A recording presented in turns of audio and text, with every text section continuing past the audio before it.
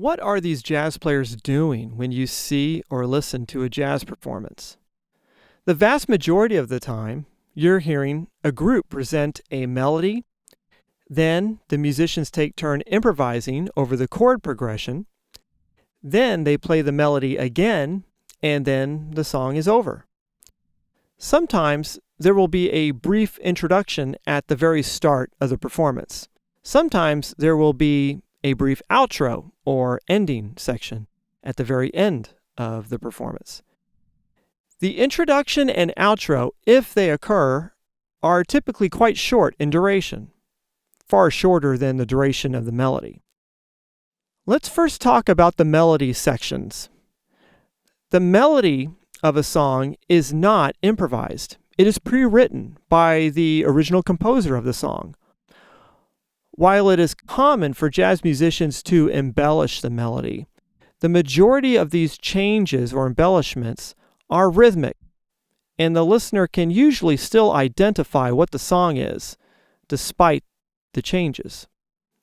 A jazz musician, generally speaking, is not going to embellish the melody so much that the song is no longer recognizable.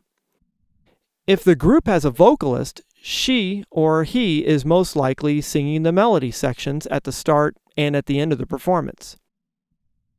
In between these melody sections, the jazz musicians take their turns improvising solos. Regarding the melody sections, if there is no vocalist, then perhaps a wind player is playing the melody. Or if there's no wind player and no vocalist, then perhaps a guitar or piano is playing the melody. Let's now talk about the rhythm section. While the melody is being sung or played, a rhythm section consisting of piano, bass, and drums, and sometimes guitar as well, is accompanying to support whoever is rendering or singing or playing the original melody. It would be quite rare to hear the melody being sung or played without a rhythm section accompaniment. Piano and guitar are called chordal instruments. As the name implies, these instruments can play chords. A chord occurs when two or more notes are played at the same time. Notice that chordal is spelled with an H between the C and the O. It is spelled C-H-O-R-D-A-L, not C-O-R-D-A-L. Just like the melody, the chords of a song are predetermined by the original composer. As was the case with the melody, it is quite common for jazz chordal musicians, the pianist and guitarist, to apply embellishments and subtle changes to the chords of a song.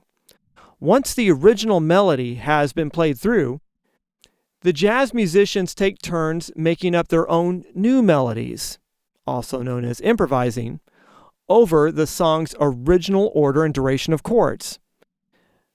The song's order and duration of chords is called a chord progression. Each cycle of the song going through the complete chord progression is called a chorus. Try to remove your prior definitions for the term chorus. In jazz, a chorus means something very different to what it means in pop and folk music. In jazz, a chorus refers to a cycle through the entire chord progression of a song. When analyzing jazz, it is exceedingly rare that you would ever hear the term verse. For example, none of the first 3 written assignments for this class feature songs that even have a verse. It is typical on a jazz performance for musicians to improvise over several choruses. So, the melody is one chorus. This is followed by several choruses of improvised solos over the song's original chord progression. Then the melody returns for one more chorus. Then, if there's no outro, the song typically concludes. Okay, so now let's apply these concepts to the jazz standard song, I Want to Be Happy. First, I will let the computer behind me play the chords for you for one chorus. Then, I'm going to play a melody chorus. And then, I'm going to improvise a chorus. You'll notice that the chord progression does not change between the melody chorus and the improvised chorus. The computer rhythm section will play the same chords for all the choruses.